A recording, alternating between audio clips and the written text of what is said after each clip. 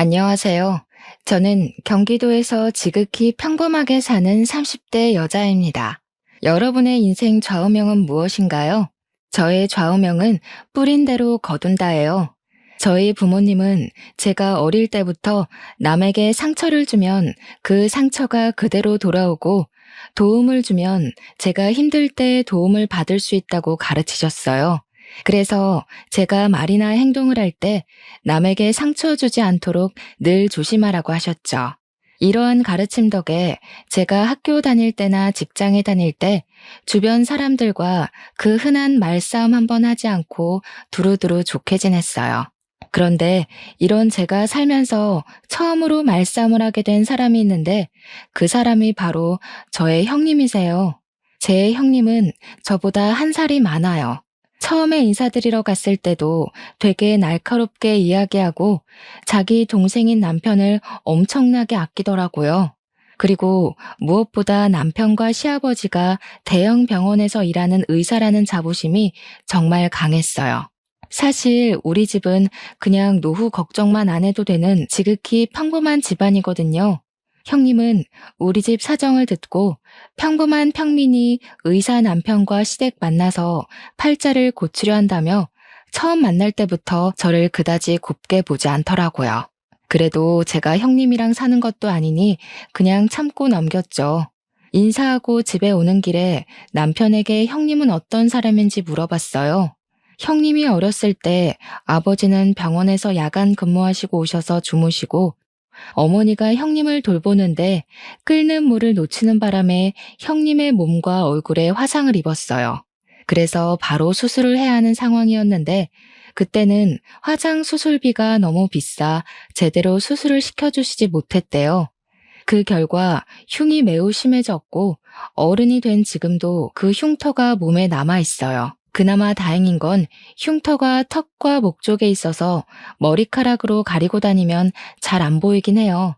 하지만 형님은 혹시 다른 사람이 보고 본인에게 좋지 않은 소리를 할까봐 일부러 세게 보이려고 막말을 하는 경향도 있고 자격지심도 많이 있다고 해요.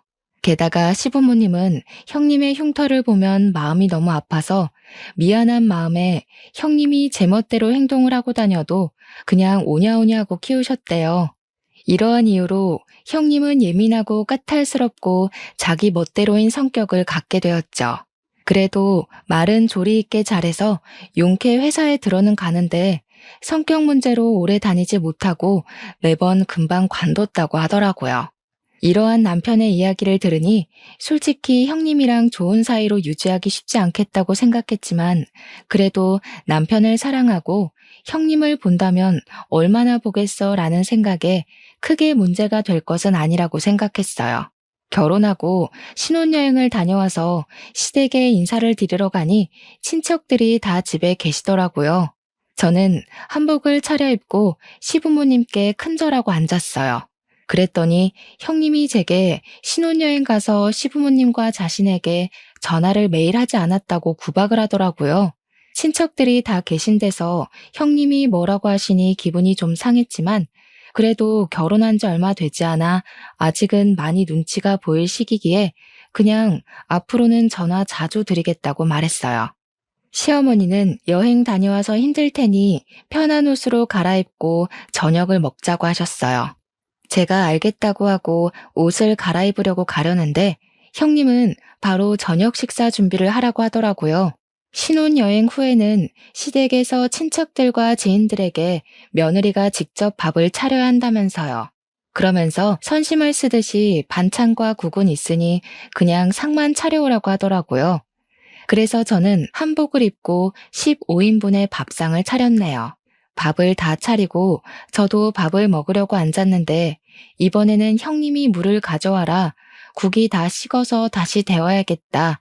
여기 반찬이 다 떨어졌으니 가져오라고 하면서 제가 앉아있을 시간을 전혀 주시지 않더라고요. 그 덕에 저는 밥을 하나도 먹지 못하고 음식만 열심히 날랐네요. 시부모님은 그런 형님에게 신우짓 하지 말라고 하셨지만 형님은 친척들도 다 계신 자리에서 시부모님께 날카롭게 한마디 하더라고요.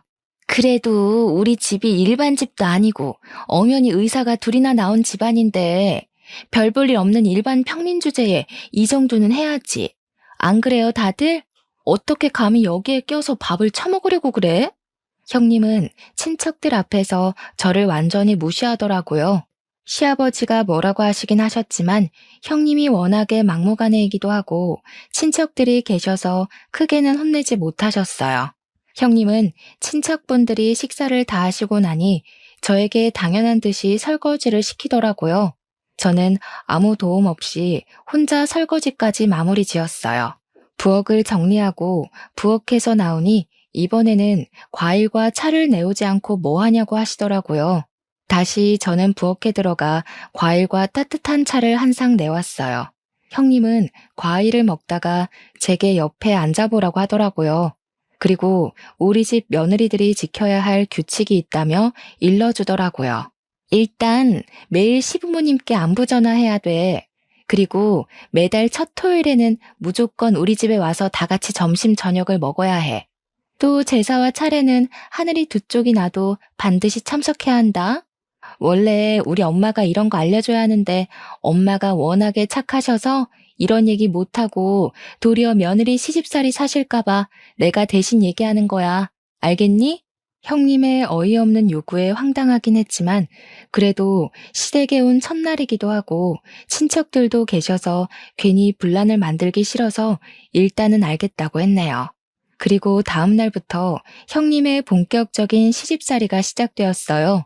형님은 매일 아침 제게 전화해서는 시부모님께 안부 전화를 하라고 하시더라고요.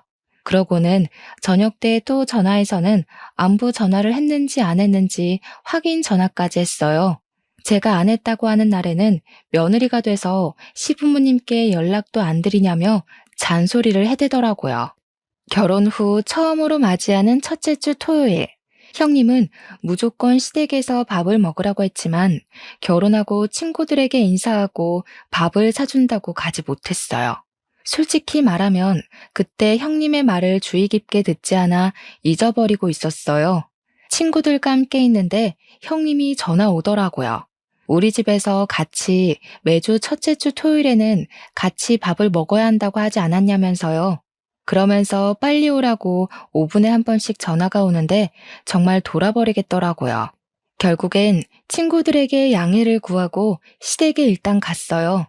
시댁에 도착하자마자 형님은 내 말이 말 같지가 않냐면서 엄청 뭐라고 하셨어요. 저는 도무지 듣고만 있을 수가 없어서 형님에게 화를 내며 따져 묻기 시작했어요. 이게 바로 제 인생 처음으로 한 말싸움이었죠. 형님이 말씀하신 거 잊어버려서 죄송은 한데요. 그런다고 친구들에게 결혼식 와줘서 고맙다고 밥을 사는데 5분마다 한 번씩 전화하는 것은 좀 너무하신 거 아닌가요? 네가 무슨 돈이 있다고 밥을 사. 이거 다 내 동생 돈으로 사는 거 아니야? 잘하는 짓이다. 우리 상우는 병원에서 그렇게 뼈가 빠지게 일하는데 너는 그 돈으로 친구들 밥도 사고 아주 팔자 좋아. 아니요, 오늘 친구들 밥은 결혼 전에 제가 모아둔 돈으로 샀어요. 남편 돈으로는 공동 생활비만 쓰고 있어요. 시부모님은 점점 언성이 높아지는 저와 형님을 말리셨지만 형님은 자기 동생 돈으로 제 친구들에게 밥을 사줬다는 오해를 하시며 화를 엄청나게 내시더라고요. 저는 형님의 이러한 지나친 간섭이 답답했지만 제 남편은 병원 일로 이야기는커녕 얼굴 보기도 힘들고 잠도 거의 자지 못하고 눈만 뜨고 다니는 상황인 것을 알기에 어쩔 수 없이 혼자 속으로 사겼답니다. 결혼 후 첫 명절이었어요. 남편은 역시 또 당직이라 병원에 있었고 저 혼자 시댁에 음식을 장만하러 갔었어요. 형님은 말로만 참견하며 잔소리를 했지만 이미 그 전에 몇 번 당해봤던 터라 그냥 그런가 보다 하고 한 귀로 듣고 한 귀로 흘렸어요. 음식 장만은 시어머니가 음식을 주로 하셨고 저는 뒤에서 보조 역할만 해서 생각보다 힘들지 않더라고요. 그런데 명절 당일 아침부터 형님이 자꾸 제게 이것저것 시켰어요. 아침에 차례를 지내고 설거지를 하고 집에 가려는데 갑자기 제가 해주는 음식들이 맛있다며 음식을 만들어주고 가라는 거예요. 제가 친정에 가야 한다고 해도 친정이 먼 것도 아니고 시간이 걸리면 얼마나 걸린다고 그러느냐며 자꾸 해달라는데 매정하게 안 해주고 가기도 조금 그렇더라고요. 그래서 음식을 다 만들었더니 또 지금은 입맛이 없다며 먹지도 않아요. 그리고 이제는 정말 집에 가려는데 주방 후드 청소까지 싹 시키더라고요. 저는 그런 형님의 말을 무시하고 제 짐이 있는 작은 방에 갔어요. 그런데 웬걸 형님이 문을 잠가버렸더라고요. 형님, 여기에 제 짐 있는데 방문 좀 열어주세요. 어머, 실수로 문이 잠겼네. 그런데 자물쇠가 없어서 어쩌나. 오늘 올케 집에 못 가겠네. 원래 며느리는 명절 다 끝나고 가는 거야. 무슨 벌써 집에 가려고 해. 그냥 이렇게 된 김에 오늘 자고 가. 여기 방문은 내일 열쇠 찾아서 열어줄게. 이러한 형님의 어이없는 만행으로 저는 그날은 결국 시댁에서 잠을 자고 다음날 형님이 이제야 열쇠를 찾았다며 문을 열어주어 연휴 마지막 날 친정에 갈 수 있었어요. 결혼 후 두 번째 명절 때는 시어머니가 입원하셔서 이번에는 차례를 지내지 말자고 시댁으로 오지도 말라고 하시더라고요.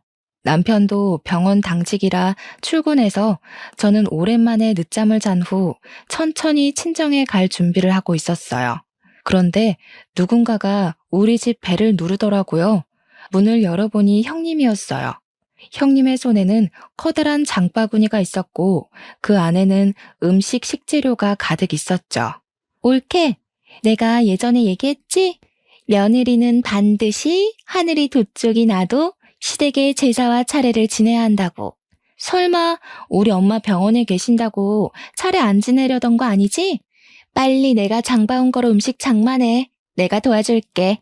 형님은 시어머니도 지내지 말라던 차례를 반드시 지내야 한다며 굳이 장을 봐오셔서는 음식을 장만을 시키셨어요. 처음에는 분명히 도와서 같이 한다고 해놓고서는 갑자기 급한 전화가 왔다며 자리를 뜨시더라고요. 한참을 지나도 오지 않길래 보니 큰방 침대에서 잠을 자고 있었어요. 결국 저 혼자 음식을 다 장만하고 차례도 지내고 뒷정리도 온전히 저 혼자 다 했죠. 정리까지 마친 뒤 할 일을 다 했으니 이제 친정집으로 가려고 짐을 챙기고 있었어요. 차례도 다 지냈으니 이제 친정에 가야 할 것 같아요. 그러니 형님도 이제 집에서 나가주세요. 저 지금 나갈 거예요. 뭐? 나가라고? 옳게. 그게 형님한테 할 말이야? 그리고 우리 상우가 먹고 자고 하는 집인데 집안 꼬락서니가 이게 뭐니? 이따가 상우 오면 푹 쉬어야 하니까 같이 집안 대청소도 하고 정리도 하고 가. 형님은 괜히 집의 상태를 지적하며 끝까지 나가지 않았어요. 제가 표정이 좋지 않거나 말대꾸라도 하면 감히 네가 의사 누나한테 말대꾸냐며 도리어 화를 버럭 내더라고요. 그렇게 나가지 않고 끝까지 버티는 형님 때문에 두 번째 명절에도 연휴 마지막 날에 친정에 갈 수 있었어요. 그 뒤로 저는 아이를 가졌어요. 아무 문제 없이 무사히 아들을 낳았고 이름은 시아버지의 뜻에 따라 김성준이라고 지었어요. 그 후 조리원에 2주 동안 있다가 성준이를 데리고 집에 왔는데 집에 형님이 있는 것이 아니겠어요? 옳게 살이 많이 쪘네. 이러다가 우리 상호가 바람이라도 피면 어쩌려고. 관리 좀 해야겠다. 아기를 이제 막 낳고 온 사람에게 몸은 괜찮냐고 말하지는 못할 망정 살이 많이 쪘다느니 관리 좀 하라는 게 말이나 되나요? 저는 참지 않고 바로 형님에게 따졌어요. 아기 낳고 왔으니까 그러죠. 아, 형님은 아직 결혼을 안 해서 애를 안 낳아봤으니 모르시나 봐요. 감히 하늘 같은 형님한테 무슨 말 대꾸야? 네가 우리 집 장손 낳았다고 이제 눈에 뵈는 게 없어? 나한테 예의 좀 지켜. 알았어? 본인이 예의 없는 소리를 해놓고 도리어 저한테 화를 내는 형님한테 한 소리를 더 하고 싶었지만 하필 그때 성준이가 울어서 어쩔 수 없이 그 정도만 할 수밖에 없었네요. 저는 우는 성준이를 데리고 큰 방으로 갔어요. 방에서 성준이를 달래고 모유를 먹이니 금세 잠이 들더라고요. 조심히 침대에 눕히고 큰방 문을 닫고 나왔는데 형님이 우리 장손 자냐며 굳이 문을 다시 열더라고요. 그러고는 자꾸 볼을 만지고 손발을 만지작거렸어요. 저는 형님한테 그러다가 성준이가 깨면 오니까 어서 나오라고 했어요. 그래도 끝까지 버티고 계시더니 기어이 성준이를 깨웠어요. 결국 저는 잠시도 쉬지 못하고 다시 성준이를 안았죠. 그뿐만이 아니라 냉장고를 뒤져서 음식을 막 꺼내서 먹고 그러다가 접시를 깨고 바닥에 유리 조각이 있는데도 어떻게 치워야 하는지 모르겠다며 저에게 알아서 치우라고 하더라고요. 그날 저는 우는 성준이도 돌보고 형님이 깨트린 접시도 치우고 형님이 흘린 음식도 닦으며 정말 정신이 하나도 없이 보냈네요. 형님은 그날 이후 하루가 멀다고 저에게 영상통화를 하셨어요. 심할 때는 하루에 3번도 전화를 하셨죠. 한 번 전화를 시작하면 최소 30분은 통화했어요. 그럼 저는 아무것도 하지 못하고 30분 동안 벌서듯이 핸드폰을 들고 있어야 했어요. 한 번은 제가 음식을 하고 있어서 대충 핸드폰을 세워놓았더니 성준이가 제대로 보이지 않는다며 큰 소리로 불러대며 우리 집 장손 얼굴을 보여달라며 닥달을 하더라고요. 이러한 형님의 집착이 너무 힘들기도 하고 피곤하기도 해서 한 번은 전화를 아예 받지 않았어요. 그랬더니 받을 때까지 전화하시더라고요. 저는 너무 짜증나서 핸드폰을 아예 꺼버렸어요. 그랬더니 집에까지 쫓아오시더라고요. 내가 우리 집 장손 얼굴 좀 보겠다는데 왜 전화를 받지 않느냐고요. 이렇게 형님의 시집살이는 갈수록 도를 넘었지만 남편은 병원 일로 바빠 여전히 얼굴도 잘 보지 못하는 상황이었어요. 잠도 못 자는 사람에게 이런저런 하소연하는 것도 아닌 것 같아 그냥 혼자 속으로만 끙끙 앓고 있었네요. 하루는 엄마가 제가 좋아하는 게장을 했다면서 점심때 오라고 하시더라고요. 나가려는데 또 형님이 전화가 왔어요. 저는 지금 나가봐야 해서 영상통화는 하지 못한다고 했더니 전화하는데 뭐 얼마나 걸리냐고 하시며 성준이가 보고 싶다고 굳이 또 영상통화를 하려 하시더라고요. 결국 30분 동안 영상통화를 하느라 제가 도착하겠다고 하는 시간보다 더 늦게 친정에 도착했어요. 집에 갔더니 엄마도 계시고 저에게 남편을 소개해 주셨던 사모님도 계시더라고요. 이 사모님은 시아버지와 남편이 근무하는 병원의 병원장 사모님이세요. 우리 옆집에 30년째 살고 계시면서 결혼 전에는 거의 매일 보고 살았던 친척보다도 더 가까운 사이죠. 사모님은 제게 오랜만이라 반갑긴 한데 표정이 좋지 않다며 결혼 생활이 힘드냐고 물어보시더라고요. 오기 전에 형님과 원치 않은 통화를 해서 제가 표정이 좋지 않았나 봐요. 처음에는 이야기하지 않으려다가 그래도 내가 소개해줬는데 잘 사는지 어떤지는 알아야겠다며 자꾸 물어보셨어요. 저는 어쩔 수 없이 형님이 제게 첫날 말했던 며느리의 도리에서부터 매일 우리 집 장손 얼굴 보겠다며 영상통화를 하고 명절 때 집에 못 가게 했던 일까지 모든 이야기를 다 했어요. 사모님은 저의 이야기를 들으시고는 시부모님의 성품도 좋으시고 남편도 성실하고 책임감이 강해서 시집살이나 고생 안 하고 잘 살 줄 알았는데 시누이가 그 모양인지는 몰랐다며 미안하다고 하시더라고요. 그래서 제가 남편은 바쁘긴 하지만 잘 대해주고 시부모님도 정말 잘해주셔서 좋다고 하며 걱정하지 말라고 하셨죠. 그래도 사모님은 오래 봐서 딸 같은 제가 고생하는 게 너무 속상하다며 혹시라도 도울 일이 생긴다면 언제든지 말해달라고 하셨어요. 형님은 그 뒤로도 매일 영상통화를 하고 말도 안 되는 논리로 항상 저를 괴롭게 했어요. 그렇게 1년 정도가 지났을 때 형님이 결혼을 생각하고 있다며 상견례 날짜를 알려주더라고요. 저는 꼭 가려고 했지만 하필 그날 새벽에 성준이가 열이 나서 입원하는 바람에 가지 못했어요. 그 후로 이야기가 잘 됐는지 결혼식 날짜가 잡혔다며 모바일 청첩장을 주시긴 했는데 성준이가 그 뒤로도 계속 아파서 정신이 하나도 없었던 터라 형님의 결혼 사진을 제대로 보지 못했어요. 사실 그때 형님이 우리 집 장손인 성준이 제대로 보살피지 못해서 열이 나게 됐다면서 형님이 매일 구박했거든요.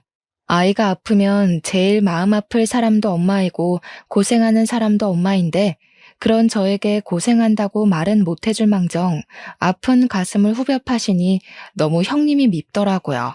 그래서 형님의 얼굴이 나온 결혼 사진조차도 보기 싫어서 청첩장의 날짜만 확인하고 말았었네요. 그런데 남편을 소개해 주셨던 병원장 사모님의 아들도 결혼한다고 하더라고요. 그것도 형님 결혼 날짜와 같은 날, 같은 시간에요. 저는 정말 가고 싶었지만 형님과 결혼 날짜가 같으니 어쩔 수 없이 가지 못하고 엄마만 병원장님 아들의 결혼식에 참석하려고 했어요. 그런데 또 하필이면 그날 엄마에게 아주 급한 일이 생기는 바람에 엄마도 결혼식에 참석을 못하게 되었어요. 형님의 결혼식 날 저는 하객들을 맞이해야 하니 결혼식장에 일찍 갔는데 사모님이 한복을 입고 있더라고요. 저는 깜짝 놀라 오늘 아들 결혼식인데 왜 여기 계시느냐고 물었어요. 사모님은 우리 아들 결혼을 여기서 한다고 하시더라고요. 저는 설마 하는 마음에 형님이 보내주셨던 모바일 청첩장의 사진을 자세히 보았어요. 너무 놀랍게도 형님 옆에 사모님 아들이 떡하니 서 있는 게 아니겠어요? 어머, 저희 형님하고 현우 오빠하고 결혼하는 거였네요? 사실 그동안 성준이가 아파서 청첩장을 이제야 자세히 봤거든요. 전혀 몰랐어요. 그럼 그때 너에게 그렇게 시집살이를 시켰다는 그 형님이 바로 내 며느리인 거니? 네, 상황이 그렇게 되었네요. 그래? 알겠다. 내가 잘 기억해두고 있으마. 그동안 정말 고생 많았다. 사모님은 제게 그동안 고생 많았다는 의미심장한 말씀을 남기고 하객을 맞이하러 가셨어요. 이윽고 결혼식이 시작되었어요. 평소에는 그렇게 날카롭고 예민하고 신경질적이었던 형님도 결혼식을 한다고 웨딩드레스를 입고 신부화장을 하니 아주 곱고 참해 보이더라고요. 그렇게 많은 사람의 축복 속에 결혼식은 무사히 마쳐졌네요. 일주일 뒤 친정엄마가 별일 없으면 저녁 먹으러 오라고 부르셔서 집에 갔어요. 친정에 도착하니 엄마가 나갈 준비를 하시며 오늘이 형님 신혼여행 마치고 시댁으로 인사 오는 날인데 저한테 같이 가자고 하시는 거예요. 저는 보기 싫은 형님이 인사하는데 왜 굳이 내가 그 자리에 가느냐고 했죠. 그랬더니 사모님이 저한테 꼭 같이 오라고 했다며 사모님 집에서 저녁을 먹자는 거예요. 마침 남편도 야근하고 저 혼자 저녁을 먹어야 하니 그냥 엄마를 따라 사모님 집으로 들어갔어요. 잠시 뒤 형님이 한복을 입고 엄청 다소곳한 척을 하며 들어오더라고요. 형님은 그 집에 있는 저를 보고는 깜짝 놀라셨어요. 네가 왜 여기에 있어? 형님, 사실 여기 옆집이 바로 제 친정이에요. 그리고 사모님은 여기에 살면서 30년 전에 알게 되었는데 제가 어릴 때부터 거의 매일 뵈서 친척들보다 더 가까운 사이예요. 저도 두 분이 결혼하신다는 사실을 결혼식장에서 알았네요. 그전에는 아시다시피 성준이가 매우 아픈 바람에 정신이 없었거든요. 그런데 형님, 세상 참 좁네요. 그렇죠? 형님은 저와 형님의 시어머니가 서로 아는 사이였다는 사실을 알고 당황해 하더라고요. 그러더니 이내 표정 관리를 하고 사모님이 앉아 계시는 거실로 가서 소파에 앉았어요. 너네는 결혼하고 처음으로 오는데 큰절도 안 하니? 너희 친정은 시댁에 처음 가면 큰절부터 하라고 안 가르쳤어?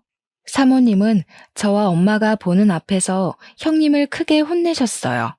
형님은 얼굴이 빨개져서 죄송하다고 하고 일어나더니 큰절을 했어요. 그래, 앉아라. 며느리는 신혼여행지에서 왜 매일 전화하지 않았니? 이제 한 가족인데 전화를 당연히 매일 해야 하는 거다. 알겠니? 그리고 매주 첫 토요일에는 무조건 우리 집에서 점심과 저녁을 먹어야 해. 그리고 제사와 명절 차례상은 며느리가 무조건 하늘이 두 쪽이 나도 차려야 한다. 이게 우리 집 며느리의 도리란다. 알겠니? 형님은 자신이 제게 했던 말을 사모님이 그대로 하고 있으시니 뭔가 이상했는지 고개를 갸우뚱하며 대답하지 않더라고요. 그랬더니 사모님이 대답을 왜 안 하냐고 시어미 말이 우습냐고 하셨어요. 조곤조곤히 말씀하시지만 어찌나 카리스마가 넘치시던지 저와 엄마도 그 자리에서 움찔했네요. 형님이 알겠다고 답을 하니 이제는 부엌에 가서 밥을 차리라고 시키시더라고요. 어머니, 저 지금 여행 마치고 왔는데 이 불편한 옷을 입고 밥을 차려요? 원래 신혼여행 후에는 시댁에서 친척들과 지인들에게 며느리가 직접 밥을 차려야 한다는 거 모르니? 며느리가 됐으면 당연히 해야지. 손님들 배고프시니 잔말 말고 빨리 가서 밥 차려. 형님은 제가 처음에 시댁에서 했던 것처럼 한복을 입고 부엌으로 가서 한상을 차렸네요. 밥을 다 차리고 사모님과 엄마, 그리고 형님의 남편이 된 현우 오빠와 제가 자리를 잡고 앉았어요. 형님도 자리를 잡고 앉으려고 했어요. 너는 지금 말고 이따가 먹고 여기 옆에 서 있으렴. 명색이 병원장 사모의 손님들이 오셔서 식사하시는데 어디 이 자리에 앉아서 밥을 먹으려고 하니? 버리장머리 없기는. 아휴.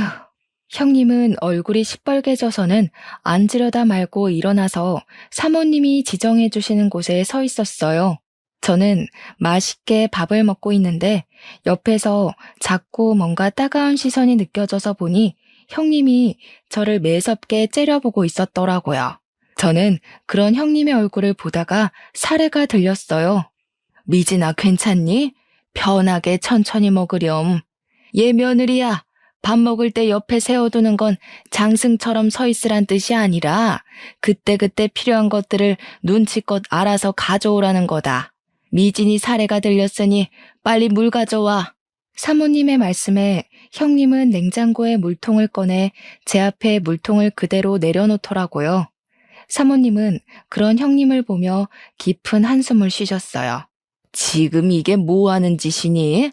아휴, 이럴 때는 손님한테 물통을 통째로 내어드리는 게 아니라 네가 물컵을 가져와서 따라줘야 하는 거야. 내가 너에게 이런 것도 하나하나 가르쳐야겠니? 무슨 초등학생도 아니고. 형님은 사모님께 또 한 소리를 듣고는 아주 짜증난다는 표정으로 컵을 챙겨와서 물을 따라줬어요. 그런 형님의 표정을 보고 있자니 고소하기도 하면서 뭔가 형님을 더 놀리고 싶은 생각이 들더라고요. 그래서 일부러 제 국이 식어서 그런데 국을 다시 따뜻하게 데워달라고 했어요. 형님은 아주 못마땅한 표정을 지으며 못 들은 척 하더라고요. 예, 못 들었니?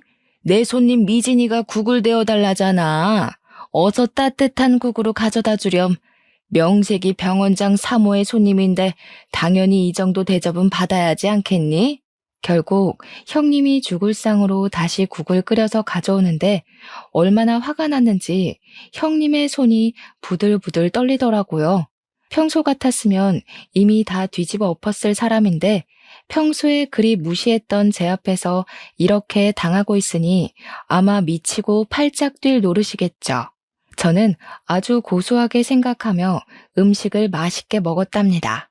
저녁을 다 먹고 나서도 사모님은 당연히 설거지는 며느리의 몫이라며 형님에게 설거지를 시키셨어요. 저는 사모님과 함께 거실에 앉아 차와 과일을 마시며 담소를 나눴어요. 설거지를 마친 형님이 부엌에서 나오자 사모님은 거실 소파에 잠깐 앉아보라고 하시더라고요. 그러더니 내 아들 현우에 비해서 조건들이 훨씬 부족하지만 아버지가 워낙 병원에서 인품이 좋으셔서 어쩔 수 없이 결혼 승낙을 했다며 우리로서는 정말 많이 손해보고 하는 결혼이니 평생 갚으면서 시부모 얼굴에 먹칠하지 말고 살라고 하시더라고요. 그 이야기를 듣는데 형님은 울상이 되고 저는 너무 속이 다 시원해서 자꾸 웃음이 나더라고요. 이렇게 형님은 제게 시집살이를 시킨 그대로 사모님께 당하며 시댁에서의 첫날을 보냈네요. 속이 다 후련해져서 집에 왔는데 남편이 퇴근해 있더라고요. 저를 보자마자 하는 이야기가 누나한테 울면서 전화가 왔다며 어떻게 누나가 그렇게 당하고 있는데 옆에서 부채질이나 하냐고 뭐라고 하더라고요. 너 생각 안 나? 오늘 형님이 사모님한테 당했던 거 다 형님이 나한테 했던 짓이야. 신혼여행 끝나고 오자마자 친척들 죄다 불러서 밥 차리라고 했잖아. 너는 그날 밥 맛있게 먹었겠지만 나는 잔심부름하느라 밥 한 숟갈도 못 떴어. 그리고 오늘 사모님이 형님한테 며느리의 돌이라면서 했던 이야기 다 형님이 나한테 했던 이야기야.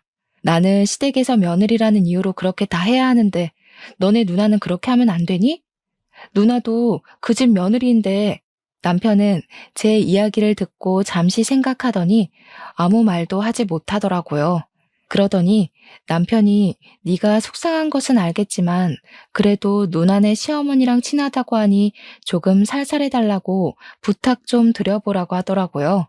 저는 그런 남편의 부탁에 솔직히 그동안 내가 당한 게 얼만데 그렇게 얘기는 못하겠다고 말하며 거절했어요.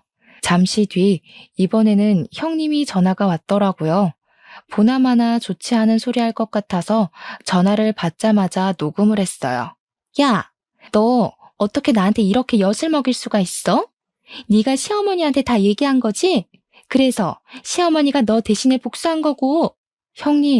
형님이 시댁에 대한 도리라면서 며느리는 이렇게 살아야 한다고 했잖아요. 형님도 이제 결혼을 하고 한 집안의 며느리가 되었으니 당연히 그리하셔야 하는 것 아닌가요? 너 내가 가만히 안 둘 거야. 네가 지금 그 아줌마랑 한편 먹고 나 괴롭히는 거 모를 줄 알고? 아줌마요? 사모님한테 시어머니 아니고 아줌마요? 아무리 그래도 시어머니인데 호칭은 똑바로 부르시죠. 어머, 우리 형님 집안에 장손이 오셔서 저는 장손을 돌보러 가야겠네요. 전화 끊겠습니다. 형님은 역시나 제게 화를 많이 내셨고 저는 녹음된 형님과의 통화 내용을 바로 사모님께 카톡으로 보냈어요. 다음 날 집에서 성순이를 돌보는데 엄마에게 전화가 왔어요. 엄마가 사모님 집에 가니 형님이 와 있었더라고요. 그런데 보니까 형님이 아주 눈물이 쏙 빠지게 혼나고 있던데 무슨 일 있었냐고 하시더라고요. 그래서 제가 어제 있었던 일을 이야기하며 아마도 그래서 혼난 것 같다고 했어요. 엄마는 그렇게 시집살이를 시키더니 쌤통이라며 저보다도 더 좋아하셨어요. 그리고 형님의 결혼 후 첫 명절날이 왔어요. 원래 병원장님은 평소에도 잘 쉬지 못하니 명절날에는 반드시 가족과 여행을 가세요. 이번에도 여행을 계획하신다길래 저는 당연히 형님도 같이 가겠거니 했어요. 여행을 가는 형님이 부럽기도 하고 한편으로는 사모님이 형님에게 아주 혹독한 시집살이를 시킬 것을 기대했는데 그러지 못하겠다고 생각하니 내심 아쉬웠어요. 저는 시댁에서 형님 없이 아주 편하게 음식을 장만했어요. 음식을 하다 보니 생각보다 재료가 많이 부족해서 시부모님과 남편은 장을 보러 나가고 저와 성준이 둘이 시댁에 있었어요. 그런데 여행을 갔다고 생각했던 형님이 들어오시는 게 아니겠어요? 어떻게 여기 오세요? 원래 명절 때마다 병원장님 여행 가시는 걸로 알고 있는데. 다들 갔지? 나보고도 같이 가겠느냐고 묻더라고. 근데 솔직히 시댁이랑 가면 불편하잖아. 그래서 안 가겠다고 했더니 그럼 나보고 혼자 차례 음식 준비하고 차례 지내라는 거야. 원래 며느리들은 제사나 차례를 하늘이 두 쪽이 나도 지내야 한다고. 그게 말이 돼? 그래서 그냥 네 하고 차례 안 지내고 여기 온 거야. 그래요?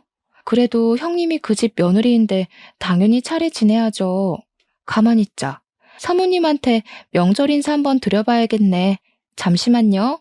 형님은 제가 사모님한테 전화를 걸자 잽싸게 말렸지만 이미 사모님이 전화를 받으신 상태였어요. 저는 일부러 스피커폰으로 바꾸어 사모님과 통화를 했어요. 사모님, 여행을 잘 가셨죠? 사실 지금 저희 시댁에 형님이 있는데 어떻게 할까요? 난 분명히 우리 집에서 차례 지내라고 했는데 걔가 왜 거기 있니? 바꿔보렴. 저는 스피커폰으로 형님에게 제 핸드폰을 건넸어요. 형님이 떨리는 목소리로 말을 하자 사모님이 노발대발 하시더라고요. 내가 우리 집에서 차례 음식 차리고 혼자 차례상 차려서 지내라고 했는데 왜 말을 안 듣니? 첫 명절인데 시부모 말이 말 같지가 않아? 당장 얼른 가라. 가서 상 차리고 영상통화해라. 알겠니? 형님은 알겠다고 대답하고 전화를 끊고 저한테 왜 전화를 걸어서 이렇게 귀찮게 만드냐고 뭐라고 하더라고요. 그때 장을 보러 가신 시부모님과 남편이 도착했어요. 너는 첫 명절인데 시댁에 안 있고 왜 여기 있니? 다들 여행 갔는데 나 혼자 시댁에 남아서 차례를 지내라 하잖아. 말이 돼? 그래서 여기로 왔는데 세상에 전현이 시어머니가 자기 아는 사모님이라고 전화 걸어서 나 욕먹게 했어. 당연한 거 아니니? 네가 며느리한테도 그렇게 알려주지 않았니? 당장 너희 시댁에 가서 차례상 차려라. 어떻게 너는 내 얼굴에 이렇게 먹칠을 해? 아빠, 어떻게 나한테 그래? 지금 시아버지, 시어머니가 날 얼마나 괴롭히시는지 알아? 나 정말 너무 힘들어서 이혼하고 싶다고. 병원장님 내외분 경우가 없으신 분 아니시다. 네가 뭘 잘못해서 그런 거겠지. 그런 줄 알고 앞으로는 절대 이렇게 오지 마라. 이혼? 이혼해서 나랑 네 동생 얼굴에 먹칠만 해봐. 그땐 우리 영 끊고 넌 집에서 쫓겨나는 거야. 명절을 편하게 보낼 생각에 집으로 왔던 형님은 시아버지와 시어머니의 성화에 다시 울면서 사모님 댁으로 가더라고요. 저는 그 후로 형님 없이 아주 편한 명절을 보냈어요. 그 뒤로 형님한테 전화가 왔어요. 형님은 제게 시댁의 시집살이가 너무 힘들다고 이혼하고 싶다고 하더라고요. 저는 형님이 이혼하고 싶은 것을 왜 제게 말씀하시냐고 물었어요. 이혼하고 싶어서 우리 엄마한테 전화했더니 엄마도 사돈이 병원장님이신데 이혼하면 아빠와 동생이 병원 생활 힘들어져서 안 된다고 하면서 말리시더라. 그래서 저한테 이런 이야기 하시는 이유가 뭐예요? 네가 내 시어머니께 잘 말씀드려서 우리 형님 좀 적당히 봐달라고 하면 안 돼? 이제 형님이 잘 빌려준다고 말해줘. 나도 이제 너한테 신우짓 절대 안 할게. 정말 내 동생처럼 생각할게. 부탁해. 제발 나 좀 도와줘. 형님이 제게 울먹이면서 이야기하는데 정말 눈물겹더라고요. 하지만 저는 형님한테 그 전에 너무 많이 당했던 터라 형님의 그런 부탁에도 눈 하나 깜빡하지 않았어요. 형님, 지금 사모님이 형님에게 하시는 것들 다 형님이 제게 했던 것 아닌가요? 인제 와서 하는 말인데 그때 형님이 저한테 그렇게 구박하고 했을 때 저 정말 이혼하고 싶을 만큼 힘들었어요. 제 인생에서 최고로 자존감이 바닥을 치고 우울증까지 왔다니까요. 정말 미안해. 그때는 내가 결혼 전이라 시댁 며느리 그런 거 전혀 몰랐어. 내 생각이 짧았어. 속 깊은 네가 나 좀 한 번만 도와줘라. 응? 형님, 죄송하지만 저는 사모님께 그런 말하기도 싫고 감히 제가 사모님께 그런 말할 자격도 없습니다. 그리고 지금 미안하다고 해도 이미 그때 제가 받은 마음의 상처는 지워지지 않네요. 저는 도움이 되지 못할 것 같아요. 저도 죄송하지만 알아서 잘 해결하세요.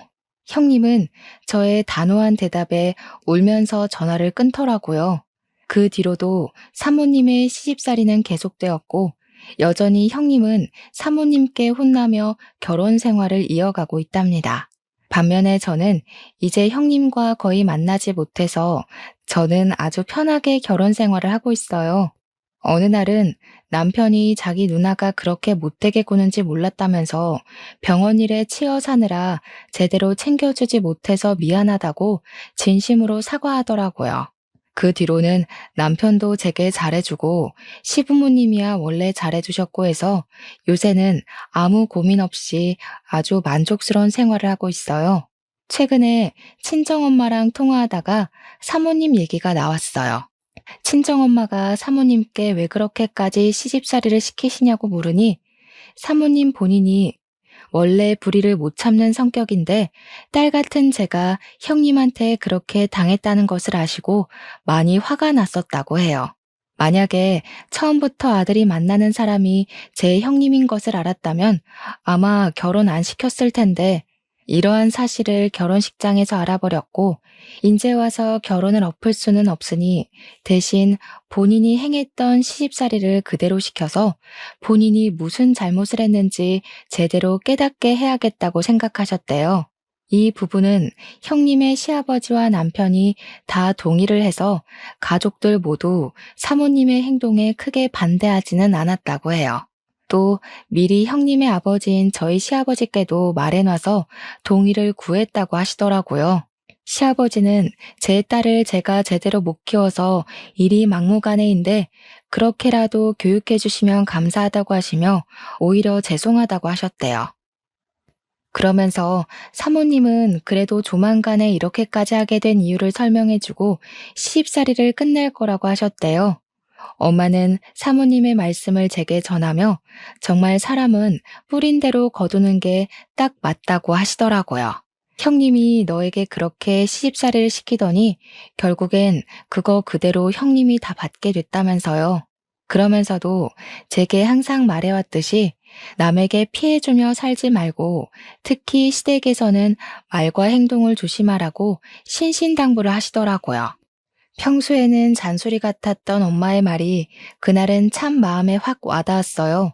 솔직히 그동안 형님이 제게 했던 것 다 떠들고 다니면 욕하는 것 같기도 하고 뒷말하는 것 같기도 해서 엄마한테만 이야기하고 아무에게도 얘기 못했거든요. 하지만 제가 이렇게 많은 사람이 듣는 이곳에 사연을 남기게 된 이유는 이제 형님의 시집살이가 어느 정도 끝이 나는 것 같기도 하고 무엇보다 우리 아들 성준이가 커서 장가를 가고 내가 누군가의 시어머니가 되면 절대 며느리에게 시집살이 시키지 말고 딸처럼 생각해줘야겠다 다짐하는 의미에서 이렇게 사연을 남겨요. 물론 저를 못살게 군 형님이 자신이 했던 방식으로 똑같이 당하니 속이 시원한 마음도 있긴 있고요. 조금 있으면 또 명절이네요. 어릴 때는 명절날이 그저 좋기만 했는데 결혼하고 나이가 드니 사실 명절날이 그리 반갑지는 않은 것 같아요. 결혼 전에는 친척들이 제 미래를 너무 걱정해 주셔서 힘들고 결혼 후에는 결혼 전처럼 편하게 행동하기에는 눈치가 보이니 힘든 것 같아요. 분명히 오랜만에 친척들을 만나서 반가워야 할 명절인데 요새는 여러 가지 상황에 의해 그러지 못하니 명절의 참된 의미가 많이 퇴색된 것 같아서 뭔가 씁쓸하기도 하고 그러네요. 문득 이런 생각이 들어요. 집안에서 누군가의 시누이가 되시는 분들은 시댁이 어렵고 불편할 며느리들을 배려해주고 누군가의 며느리가 되시는 분들은 혹시라도 부당한 대우를 받는다고 느꼈을 때 참고 참다가 나중에 폭발해서 더 큰 상황을 만들지 말고 바로 이야기해서 같이 문제를 해결해 나가면 조금 편해지지 않을까 하는 생각이에요. 물론 말처럼 그리 쉽게 이루어지지는 않겠지만 그래도 이번 명절만큼은 시누이, 며느리 모두 다 행복해지기를 기원하며 사연을 마칩니다. 들어주셔서 감사해요.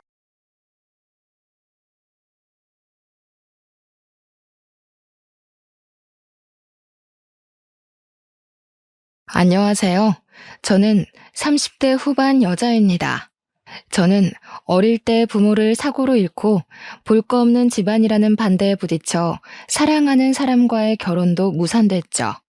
거기에 저희 부모님이 사기당했다는 사실까지 뒤늦게 알게 됐어요. 탈만했던 제 10대와 20대 이야기를 해보고 싶어 이렇게 사연을 보내봅니다. 제가 중학교 때 저희 가족이 시골로 이사를 가게 됐습니다. 당시 엄마가 몸이 좀 약해지셨거든요. 부모님은 서울에서 하시던 의류 사업을 접고 아빠의 고향 마을로 이사를 하기로 하셨죠. 시골에서 요양하며 엄마 건강도 돌보고 아빠가 늘 꿈꾸던 과수원을 하기로 하신 거였어요.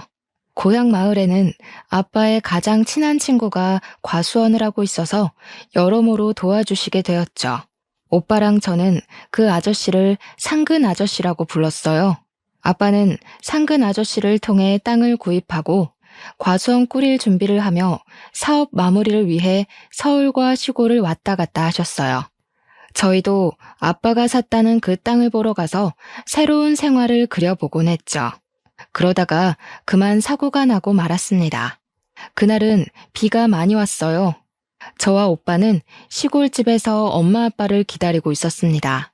10시가 돼도 11시가 돼도 돌아오지 않던 엄마 아빠는 결국 영영 돌아오지 못하셨어요.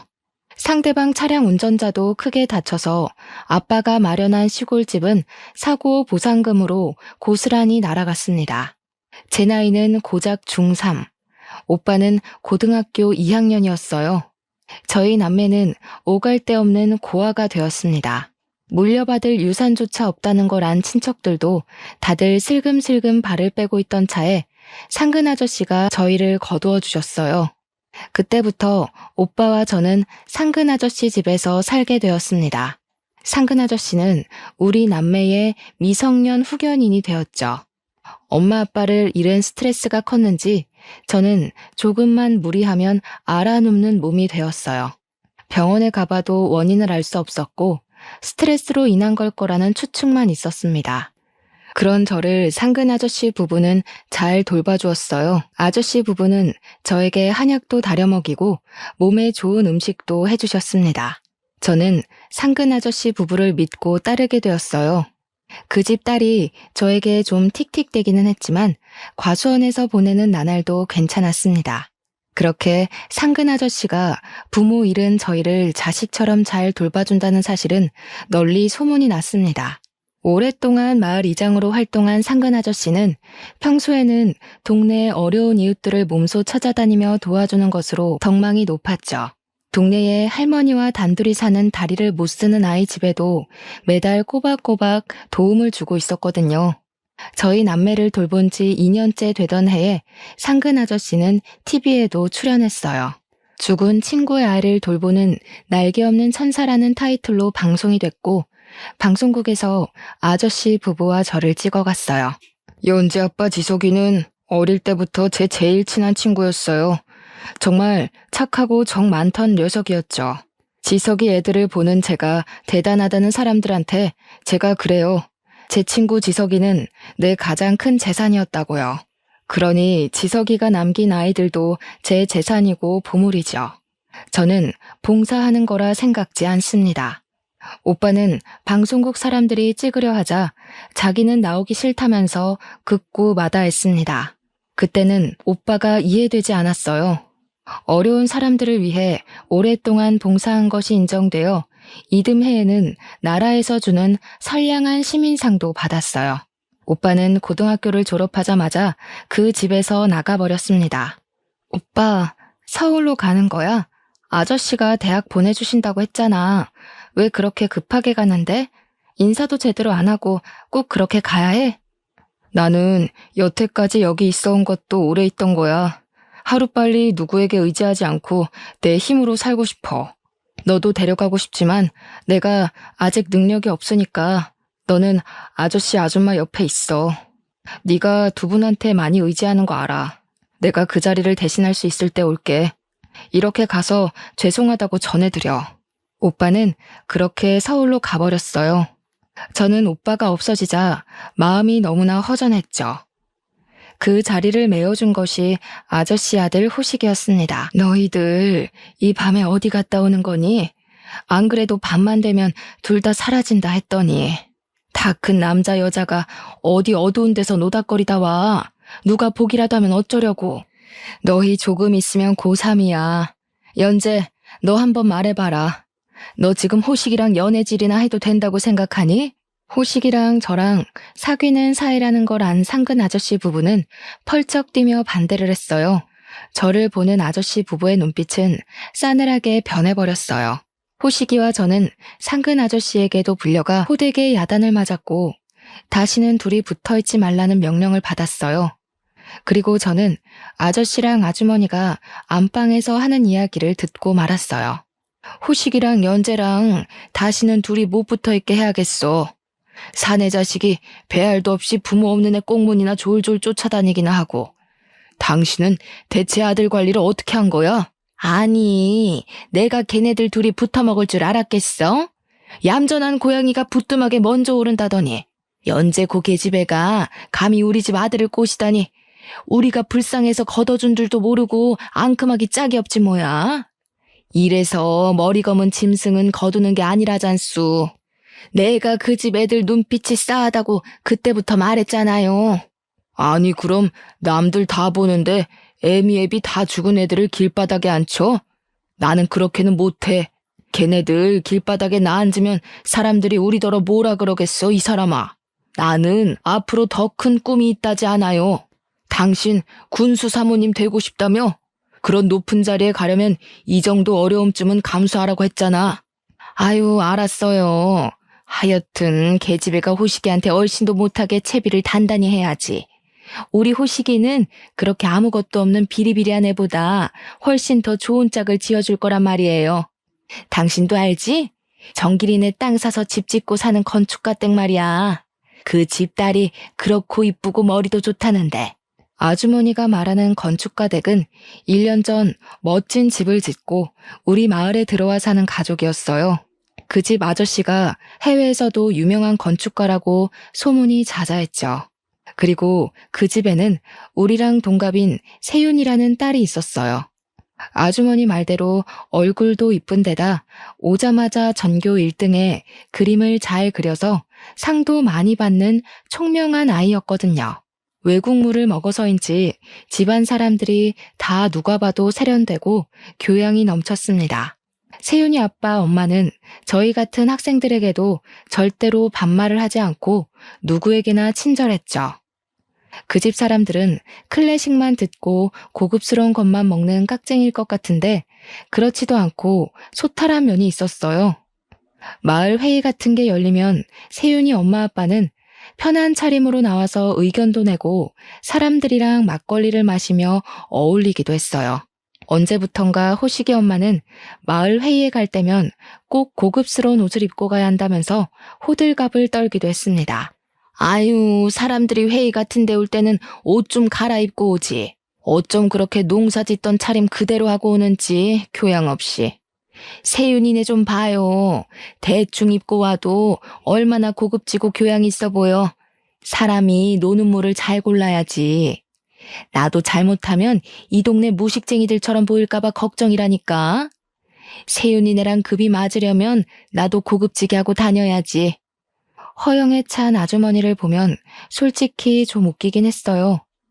세윤이네가 이사 온 뒤로 아주머니는 고급진 거 하고 맨날 찾는데 입에서 나오는 말들은 그다지 고급지지 못했거든요. 저랑 호식이가 사귄다는 걸 안 뒤부터는 더 했습니다. 우리 호식이는 세윤이네처럼 교양 있는 집이랑 사돈 맺어줄 거다. 그 집 엄마 아빠도 우리 호식이를 눈여겨보는 것 같던데.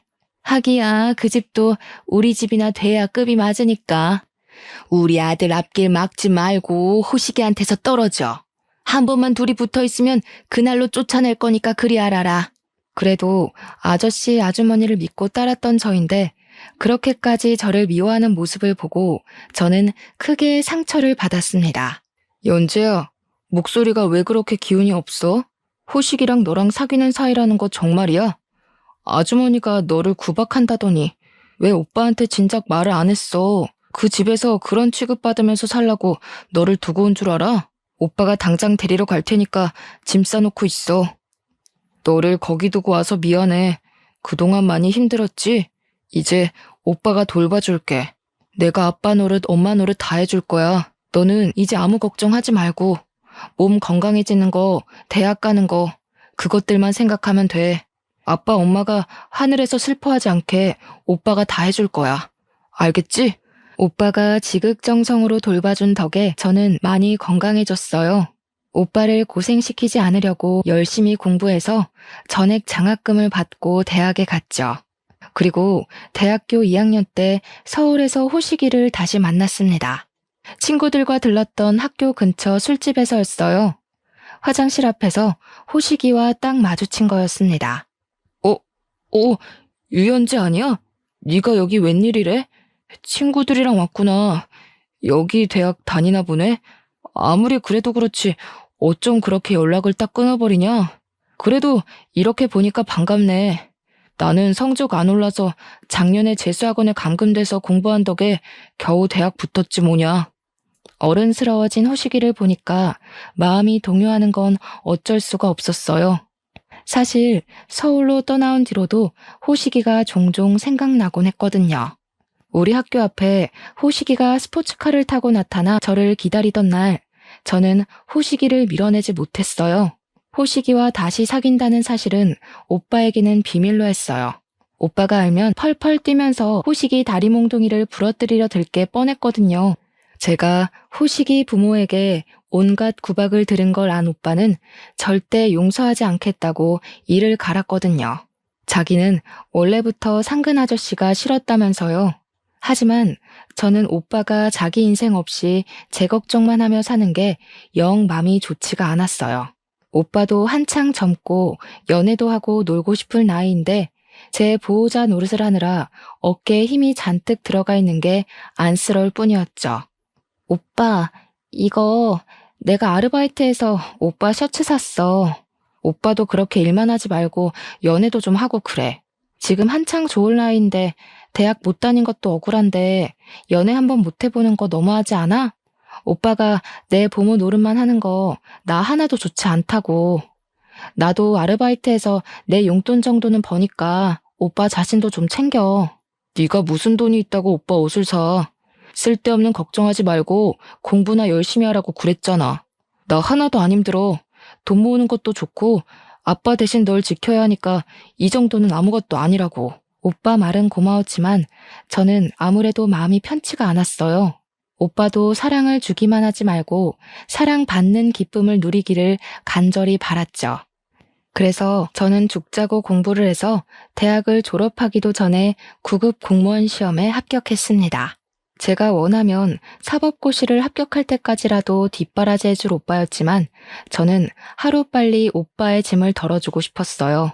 그리고 오빠가 연애라도 하려면 제가 다른 가족을 만드는 방법밖에는 없다는 결론에 이르렀죠.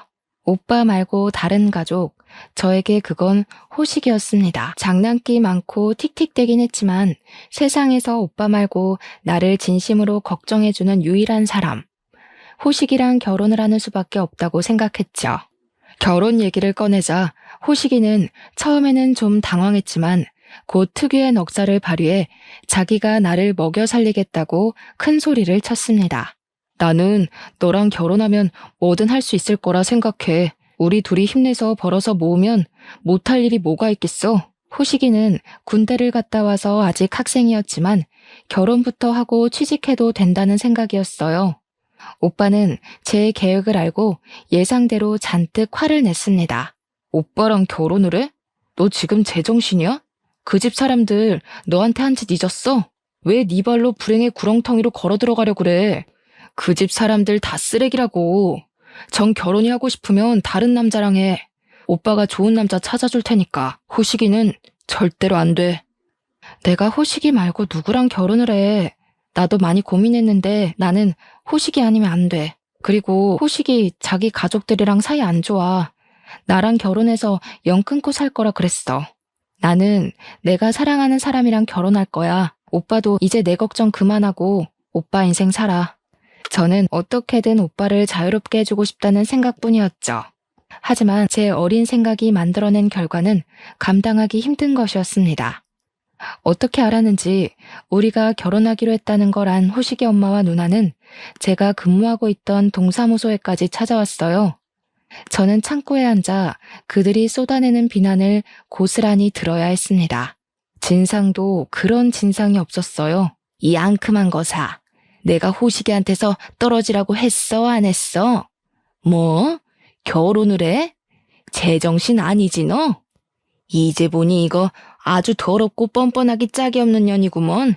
겨우겨우 떨어뜨려 놨더니 그새 호식이를 또 꼬셨어. 이 계집애야. 호식이는 너보다 100만 배는 잘난 여자랑 맺어줄 거야. 하나밖에 없는 아들을 너같이 천한 애한테 줄 것 같으냐? 그러니까 엄마, 내가 저 계집애 처음 봤을 때부터 깨름칙하다고 했잖아. 얼굴 좀 반반하다고 순진한 호식이 꼬셔가지고 우리 집 재산 어떻게 해보려는 속셈이 뻔하다니까. 야, 없으면 없는 대로 살아. 가진 것도 쥐뿔도 없으면서 남들 하는 대로 다 하고 살려니까 문제인 거야. 기워준 은혜를 몰라도 유분수지. 어디서 결혼이란 말이 감히 입에 나와? 호식이야 순진해서 당한다 쳐도 우리는 안 당한다. 너 따위한테 10원 한 푼 흘러들어갈 줄 알면 오산이야. 돈 지고 온다는 색시들이 놀렸는데 호식이가 왜 너랑 결혼을 하니? 분수를 알았으면 작작하고 꺼져. 제가 아줌마 같은 사람인 줄 아세요? 아줌마네 돈 준다고 해도 안 받아요. 호식이도 집에서 돈 받을 생각 없다고 했어요. 남의 직장에서 행패 부리지 말고 나가세요. 창피하지도 않으세요? 당장 안 나가면 경찰 부를 겁니다. 이 계집애가 무릎을 꿇고 빌어도 모자랄 판에 뭐 경찰을 불러? 내 귀한 아들을 너같이 무식하고 뻔뻔한 년한테 줄 줄 알아? 어림도 없지. 억만금을 들고 온다면 또 모르지. 우리 호식이는 건축가댁 세윤이 같은 애 아니면 절대 결혼 못 시키니까 그런 줄 알아라. 세윤이요? 세윤이네 같이 고상한 사람들이 아줌마같이 허영만 가득 찬 사람이랑 결혼하려고 할까요? 세윤이가 얼마나 똑똑한데. 말도 안 되는 소리죠. 꿈 깨세요, 아줌마. 말은 그렇게 세게 했지만 저를 미워하는 호식이 엄마를 보니 솔직히 마음이 아프더라고요. 솔직히 호식이 부모가 저렇게 반대하는데 결혼하겠다고 나선 게 미친 짓이었나? 이대로 헤어져야 하나? 내가 호식이 없이 어떻게 사나 하는 생각에 저는 내색은 못하고 혼자 가슴앓이를 했어요. 호식이를 잊어보려고도 했지만 첫사랑인 호식이를 쉽사리 마음에서 놓을 수가 없었거든요. 상심한 나머지 자꾸만 살이 빠지는 저를 보고 오빠는 무슨 결심을 한 모양이었어요. 어느 날 저를 앉혀놓더니 꼭 호식이랑 결혼해야겠냐고, 호식이가 아니면 안 되겠냐고 묻더군요. 그러더니 그 길로 호식이 부모를 만나러 갔습니다. 자기는 그 사람들이라며 치를 떤다던 오빠가 말이죠. 오빠는 호식이도 따로 만났습니다. 도대체 무슨 영문인지 저는 알 수가 없었어요. 오빠가 호식이네 가족을 만나고 온 뒤로 그들의 태도가 싹 바뀌었거든요. 제가 집에서 나간 후로 한 번도 저를 따로 부르지 않았던 호식이 어머니가 갑자기 전화해서 친절한 목소리로 집에 들르라는 게 아니겠어요? 저는 어리둥절해진 심정으로, 반쯤은 속는 심정으로 선물 세트를 사들고 상근 아저씨 댁 호식이 부모 집으로 갔습니다. 우리가 그동안 반대해서 마음고생 많았지? 자식 잘 되길 바라는 마음에 그런 거니까 너무 섭섭하게 생각하지 마라. 우리가 생각해 봤는데 너희 둘이 그렇게 죽고 못 산다는데 떨어뜨려 놓지도 못할 거 괜히 분란 만들 필요가 없는 것 같아. 그래, 호식이 엄마 말이 맞다. 너희들이 부모 잃고 우리 집에서 자란 것도 인연인데 우리가 잘못 생각했어. 돈도 좋고 명예도 좋고 교양도 좋다만 부부라는 게 사실 다른 것보다 사랑이 최우선이야 하는 건데, 사람은 뭐니 뭐니 해도 사랑이 있어야 행복한 거 아니겠니? 그동안 반대한 거 섭섭하게 생각하지 말고 둘이 잘 살아보거라. 저는 갑자기 180도 바뀐 아저씨 아주머니 태도에 어안이 벙벙했습니다. 오빠가 무슨 요술이라도 부린 걸까요? 아무래도 찜찜해서 오빠에게 어떻게 된 건지 물어봤지만 영 시원스러운 답을 듣지는 못했어요. 오빠는 저더러 그저 사랑하는 사람과 잘 살아보라고 말할 뿐이었습니다. 찜찜했지만 저는 일단 결혼 준비를 하고 있었어요. 그런데 언제부턴가 호식이가 자꾸 우리 오빠를 찾는 게 아니겠어요? 연재야, 오늘 연석이 형 집에 있어? 별일은 아니고 형 집에 있으면 잠깐 얼굴이나 보고 갈까 하고. 별일은 아니야. 그냥 형한테 인사나 하고 싶어서 그런 거지 뭐. 아무 일도 아니니까 신경 쓰지 마. 어느 날 퇴근길에 오빠 저녁으로 해줄 반찬거리를 들고 가던 저는 집 앞에서 오빠와 호식이가 이야기를 하고 있는 걸 발견했어요. 형님, 명의는 언제쯤 옮겨주실 건가요? 저는 괜찮은데 엄마가 자꾸 보채가지고요. 명의를 옮겨주셔야 결혼식 날짜도 잡고 식장도 잡고 할 수 있다고 하시네요. 호식아, 내가 이런 말까지 안 하려고 했는데 너 진짜 연재 좋아하긴 하는 거니? 어려서부터 알지만 네가 장난기도 많고 진지하지 못해서 그렇지 다른 가족들과 달리 마음만은 착하다고 생각했는데 아파트가 있어야 결혼을 한다니 아무래도 내가 잘못 생각했나 보다. 두 사람을 놀리려고 뒤에서 살금살금 다가가다 둘의 대화를 엿들은 저는 제 귀를 의심했습니다. 그래요. 그걸 봤을 때와 똑같은 기분이었네요. 호식이가 저랑 사귄다는 걸 알았을 때 호식이 어머니가 저를 보던 눈빛. 이게 지금 다 무슨 소리야? 아파트라니 무슨 아파트? 그리고 아파트가 있어야 결혼을 한다니? 오빠, 그리고 호식이 너도 둘 다 말 좀 해봐. 알아듣게 설명을 해보란 말이야. 저에게 극구 사실을 숨기려는 두 사람에게서 알아낸 사실은 놀라웠어요. 두 사람이 말한 아파트라는 건 오빠가 청약에 당첨된 당시 돈으로 무려 10억이 넘는 강남 아파트를 말하는 거였습니다. 오빠가 힘들게 택배 일을 하며 차곡차곡 청약을 넣어 만든 결과물이었죠. 오빠는 제가 가진 것 없다고 결혼을 반대하는 호식이 가족에게 찾아가 자기 아파트를 호식이에게 주겠다고 말한 거였습니다. 오빠는 제가 생각했던 것보다 훨씬 더 돈을 많이 모아뒀더군요. 저 시집 보낸다고 먹지도 사지도 않고 아등바등 모은 돈이었죠. 그리고 저는 호식이가 학사 경고를 밥 먹듯 맞아온 걸 저에게 숨겨왔다는 것도 알게 됐어요. 호식이 부모의 태도가 싹 바뀐 이유도 그것과 연관이 있었죠. 교양도 돈도 있는 집과 이어주고 싶다던 그들은 어차피 자기 아들이 가망이 없는 것 같으니 돈이라도 챙기자는 심산이었던 겁니다. 호식이 네가 어떻게 우리한테 그럴 수가 있어? 우리 오빠 아무것도 없이 서울 와서 얼마나 고생했는지 몰라? 오빠가 그렇게 고생해서 모은 전 재산을 홀랑 빼앗아 가겠다고? 네 잘난 부모한테 결혼 허락받으려고 나한텐 다 비밀로 하고 내가 우리 오빠 등쳐먹으면서 하는 결혼 안 할 거 뻔히 아니까. 안 그래? 미안해 연재야. 아빠랑 엄마는 너랑 안 헤어지면 용돈이고 뭐고 다 끊어버린다 그러지. 나도 너랑 헤어지기 싫어서 그랬어. 아빠 선거 나가야 한다고 돈 필요하니까 연석이 형 아파트라도 받아오라고 자꾸 그러시잖아. 내가 돈 벌어서 다 갚아주려고 했어. 지금 아빠가 돈 끊어버리면 나 진짜 어떻게 될지 모른단 말이야. 나는 너랑 둘이서 차근차근 시작하고 싶었어. 우리 젊으니까 열심히 하면 얼마든지 잘 살 수 있다고. 그런데 너는 남의 돈이 굴러들어오지 않으면 못 사는 애였구나. 그렇게 못난 놈인 줄도 모르고. 너같이 한심한 놈을 가족이라고 생각하고 혼자 희망에 차 있던 내가 바보였어. 그 길로 호식이 부모에게가 따졌습니다. 두 사람 역시 뻔뻔하기 짝이 없더군요. 계집애가 생사람을 잡네. 우리가 달라 그런 거 아니다. 너네 오빠가 먼저 찾아와서 준다 그랬지. 그러면 뭐 우리가 너같이 격 떨어진 애랑 아무런 조건 없이 받아줄 줄 알았어? 꿈 깨셔. 내가 말했지? 세윤이네 같이 교양 있는 집 아니면 안 된다고. 너네들이 좋아 죽는다니까 아파트라도 받고 허락해준다는 건데 뭐가 잘못됐어? 아, 그러세요? 우리 오빠가 아파트 줄 테니까 결혼 허락해달라고 부탁하니까 옳다쿠나 하고 받으셨군요. 참 퍽이나 교양이 있으시네요.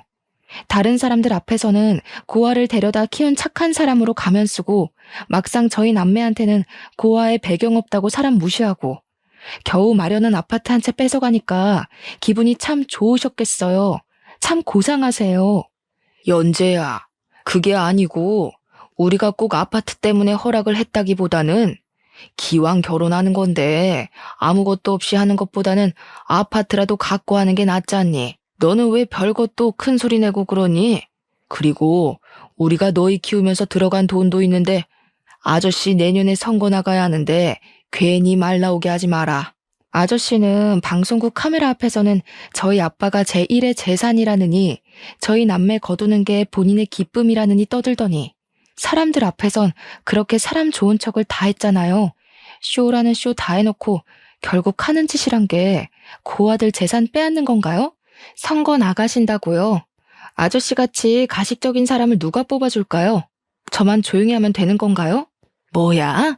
이 계집애가 진짜 보자 하니까 이게 기껏 봐줘서 결혼시켜주려고 했더니 뭐가 어쩌고 어째? 이 썩을 놈의 계집애가 내 아들 앞길 막은 것도 모자라서 우리 남편 앞길까지 막게 생겼네? 아이고, 그러게 내가 뭐라 그랬어요. 저렇게 못 배워먹은 애들 데려오면 꼭 사단이 난다니까? 오빠에겐 너무 미안하기도 하고 원망스럽기도 했어요. 연재야, 나는 네가 기댈 때가 필요하다고 생각했어. 나는 그걸 다 채워줄 수가 없으니까 그 사람들 가식적인 거 알았지만 엄마 아빠를 잃은 네가 그 사람들한테까지 상처받는 걸 도저히 볼 수가 없었어. 호식이도 마찬가지야. 그 녀석이 못난 놈이어도 나는 네 마음만 편하면 돼. 나는 너만 행복하면 되니까. 오빠, 그게 무슨 바보 같은 소리야. 내가 오빠 재산을 그 집에 갖다 바치고 결혼하면 행복할 줄 알았어? 내가 그렇게 바보 같아 보였어? 내가 그렇게 약해 보였구나. 미안해, 오빠. 오빠한테 부담되는 게 싫었는데 그게 결국엔 더 크게 부담을 줘버렸네. 정말 미안해, 오빠. 힘들게 해서. 혼자 짊어지게 해서 미안해. 힘들긴 뭐가 힘들어. 절대 그렇게 생각하지 마. 내가 너 아니었으면 이렇게 살 수 있었겠니? 오빠도 잘못 생각했어. 너한테도 진실을 말해줬어야 하는데 다 큰 어른을 자꾸만 어린애로 생각했나 봐. 나 때문에 더 충격받게 한 것 같아서 미안하다, 연재야. 오빠나 저나 서로를 위한답시고 한 일이 서로를 더 힘들게 한 꼴이 되었죠. 호식이와의 결혼이 무산되었고 저는 마음을 추스르고 오빠와의 평온한 일상을 되찾으려 노력하고 있었습니다. 하지만 평화를 되찾기엔 일렀나 봐요. 얼마 뒤 저는 서울에서 고향 친구 미란이를 만나게 되었고 미란이로부터 충격적인 사실을 듣게 됐습니다. 연재야, 우리 엄마한테 들었는데 말이야. 요즘 너에 대한 이상한 얘기가 돌아다닌다고 해서. 설마 아니지? 사실은 고등학교 때 너 오빠 따라 서울 간 다음에도 마을 사람들 사이에 말이 많았거든. 알잖아, 이 동네 사람들 말 많은 거. 너 서울에서 하는 일에서부터 너 만나는 남자가 누구냐는 둥 별별 얘기가 다 돌아다니나 봐. 어떡하지? 무슨 얘기? 나 그 동네 떠난 지가 언젠데 나에 대해 얘기할 게 뭐가 있어? 그때도 그냥 오빠 보고 싶어서 호식이네 부모가 말리는 것도 뿌리치고 서울 간 걸로 됐다면서. 내가 그때는 너 속상할까봐 말은 안 했는데 고등학교 때 너랑 호식이랑 사귄 거 아는 애들도 있었잖아. 그것 때문에 호식이 엄마가 너 쫓아낸 거란 얘기가 돌았거든. 그때도 네가 순진한 호식이 꼬드긴 거라고 그러더니 지금은 아무래도 어른들 사이에 얘기가 도는 모양이야. 네가 그 안 좋은 데서 일한다고. 호식이네 어머니랑 누나한테 순진한 호식이 꼬드기지 말란 말은 수도 없이 듣긴 했지. 근데 내가 뭐 공무원 말고 다른 거라도 한다는 거야? 내가 안 좋은 데서 일을 어떻게 해? 어떻게 그런 소문이 돌지? 나도 모르겠어. 우리 동창들 아는 애들은 다 알지. 너 오빠 고생 안 시킨다고 공무원 시험 합격해버린 거. 근데 그거 모르는 애들도 있으니까. 나도 전해드린 건데 네가 그 반반한 얼굴 믿고 호식이 꼬신 것도 모자라서 이제는 그렇고 그런 데서 일한다고. 차차 미란이가 무슨 말을 하는 건지 이해가 되기 시작했어요. 그렇고 그런 데서 일하는 더러운 계집애가 순진한 호식이를 꼬드겨 그 집안 재산을 꿀꺽 삼키려 했다는, 부모 없는 애를 키워줬더니 은혜를 원수로 갚는다는, 누가 봐도 호식이 엄마 입에서 나온 전형적인 레퍼토리였죠. 저를 매장시켜버릴 속셈이었어요. 자신들의 검은 속내를 알아버렸으니까요. 부모 잃은 저를 걷어준 상근이 아저씨 부부에게 마지막까지 남아있던 일말의 애정을 그들이 직접 마지막 한 방울까지 쥐어짜 모조리 버리게 했습니다. 저는 시간 날 때마다 마을 사람들을 일일이 찾아다니며 저에 대해 들었다는 안 좋은 소문을 묻고 그에 대한 기록을 남기기로 했습니다. 이대로 당하기만 할 순 없었거든요. 쉽지는 않았습니다. 저를 보는 마을 사람들의 시선이 곱지가 않았거든요. 마을 사람들에게 전 키워준 상근이 아저씨 부모에게 한마디 말도 없이 서울로 가버린 데다 호식이까지 꼬여내어 가족들 사이를 갈라놓은 천하의 배은망덕한 계집애였습니다. 하지만 전 포기하지 않았어요. 제 말을 들으려고 하지조차 않는 분들도 많았지만 제 얼굴을 보더니 호식이 엄마 말만 듣고 오해해서 미안하다고 하시는 분들도 많았습니다. 오빠는 오빠대로 움직였습니다. 저희 부모님이 돌아가셨을 때 저희는 아빠가 과수원을 할 땅을 이미 산 걸로 알고 있었죠. 상근 아저씨는 과수원 부지를 산 돈이 자기에게서 빌린 거라면서 친척들에게 차용증까지 보여준 바 있죠. 그때 상근 아저씨는 돈은 안 갚아도 된다고 인심 좋게 말했죠. 그 사실이 알려져 천사 이미지가 더욱 굳어진 거였고요. 친척들은 혹시라도 돈 문제에 얽힐까봐 이 일에 대해 깊게 파고들려 하지 않았고, 아직 학생이었던 저희는 그냥 그런 줄로만 알고 있었죠. 호식이와 제 결혼이 무산된 얼마 후 오빠는 아빠가 샀다던 그 땅에 대해 알아보기 시작했어요. 그리고 저희는 놀라운 사실을 알게 됐습니다. 아빠가 샀다던 그 땅이 한 번도 팔린 적이 없었다는 사실이었죠. 오빠와 저는 이걸 어떻게 받아들여야 할지 몰라 한동안 멍해져 있었어요. 오빠는 상근 아저씨를 찾아갔습니다. 연재랑 호식이 일은 죄송하게 생각합니다. 두 사람 때문에 마음 많이 상하셨죠? 둘이 어릴 때 좋은 기억이 있어서 그렇지 사실 두 사람은 서로 맞지 않는다고 생각했어요. 연재가 지금 화가 많이 난 모양인데 시간 지나면 다 잊고 연재나 호식이나 더 좋은 사람 만날 수 있을 거라 생각합니다. 그래, 그렇게 말해주니까 다행이네. 키워준 거에 대해 감사는커녕 원망만 하는 너희가 우리도 원망스러웠다만 지난 일은 지난 일이니 잘 덮고 서로 행복을 빌어주자고. 그런데 연재가 요즘 마을 사람들을 찾아다니는 것 같던데 내년 선거에 혹시 영향 미치지나 않을지. 걔가 더 이상 설치고 다니지 않게 연석이 네가 잘 타일러줬으면 좋겠구나. 네, 그럼요. 저한테는 이 동네가 고향이나 다름없는데 아주머니 아저씨랑 서먹서먹해지고 싶지 않아요. 저도 서울살이를 오래 해보니 고향이 최고라는 걸 점점 느끼게 됐거든요. 저도 이제 제법 재산을 모았으니 이 동네로 돌아올까 하는데 아버지가 사셨다던 그 땅을 사서 과수원을 할까 해요. 아버지가 이루려던 꿈도 이루고 이젠 저도 시골에서 마음 편히 좀 살고 싶어서요. 너랑 연재랑 같이 돌아오겠다는 거냐? 이 동네로? 그게 쉽지가 않을 텐데. 연재 걔가 이 동네로 오면 괜히 또 사달이 날까 걱정이다. 안 그래도 시골로 가서 살자고 얘기해봤는데 연재는 시골이 싫다고 서울에서 살겠대요. 시골 사람들 말 많은 것도 싫고 자기는 서울이 딱 체질이라나요?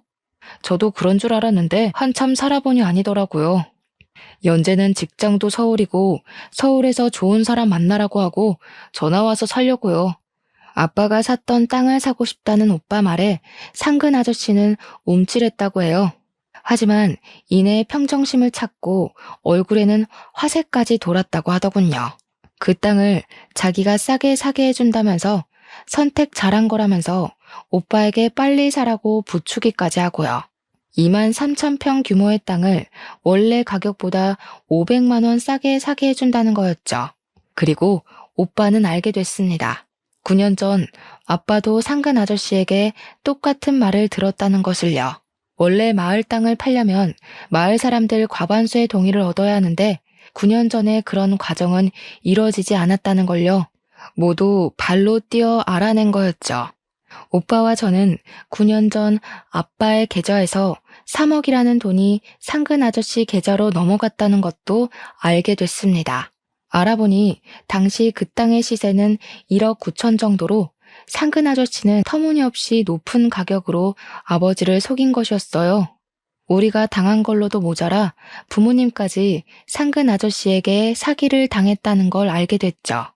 어느덧 선거철이 다가오고 있었습니다. 그날은 호식이 아버지 이상근의 첫 연설일이었죠. 저는 월차까지 써서 그 연설을 들으러 갔습니다.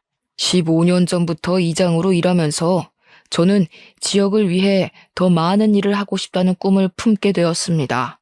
힘없고 돈이 없는 이들, 누군가의 도움이 필요한 이들, 저 이상근은 그런 이들의 곁에서 묵묵히 봉사해 왔습니다. 이제는 제가 오래전부터 품어왔던 꿈을 여러분 앞에 내어 보이려 합니다. 여러분을 위해 일할 수 있는 기회를 주시기를. 이상근이 한참 연설하고 있을 때 경찰들이 들이닥쳤습니다. 저희 아빠에게 땅을 팔겠다고 가짜 문서로 사기를 친 죄로 구속 수사가 결정된 것입니다. 아빠 엄마가 돌아가신 지 9년 8개월 만 사기죄 공소시효가 6개월밖에 남지 않은 시점이었습니다. 오빠와 저는 아빠가 남기신 서류 상자를 뒤지고 뒤져 결국 이상근이 마을 땅 문서를 위조해 아빠에게 넘긴 가짜 매매 계약서를 발견했습니다. 아빠가 이상근에게 돈을 보낸 기록도 남아 있었으니 빼도 박도 못할 증거였죠. 거기에 오빠에게까지 비싼 값에 땅을 팔려고 하면서 너희 아빠에게 그 땅을 사라고 빌려준 돈도 못 받았지만 이라고 말한 것도 녹음해 두었고요. 연설의 며칠 전에 오빠와 제가 만난 형사는 마을에서 같이 자란 동네 친구였어요. 상근 아저씨 같은 사람을 사기죄로 구속한다는 게 쉽지는 않을 거야. 우리 선배들만 해도 다 상근 아저씨랑 잘 아는 사람들이니까. 아마 사람들이 사실 자체를 받아들이지 않으려고도 할 테지. 우리야 잘잘못을 가리는 게 중요하다 생각하지만 수사가 시작된다 해도 덮어주려는 사람들이 많아서 처벌하기가 쉽지 않을 텐데. 그럴 거라고 생각했어. 하지만 우리도 다 생각이 있어. 이미 방송국에 다 연락해놨거든. 전에 상근 아저씨 선량한 시민상 받았을 때 방송국에서 왔던 거 알지? 그때 취재하러 왔던 PD랑 연락이 됐거든. 너도 선배들한테 똑똑히 말해도 우리가 이렇게 증거를 찾아놨는데 제대로 처벌이 안 이루어지면 어떻게 될지. 경찰에 끌려가는 이상근 씨에게 저는 똑똑히 말했습니다. 저희 아빠한테 땅 판다고 사기쳐서 돈 뜯어내놓고 저희 데려다 키우면서 선량한 사람인 척 다 하니까 좋으셨어요. 그렇게 속인 것도 모자라서 저희 오빠가 힘들게 마련한 아파트도 빼앗아 가려고 하고 똑같은 땅으로 똑같은 사기를 오빠에게 치려했죠. 저에 대해 더러운 소문까지 흘리고. 이제 끝났어요.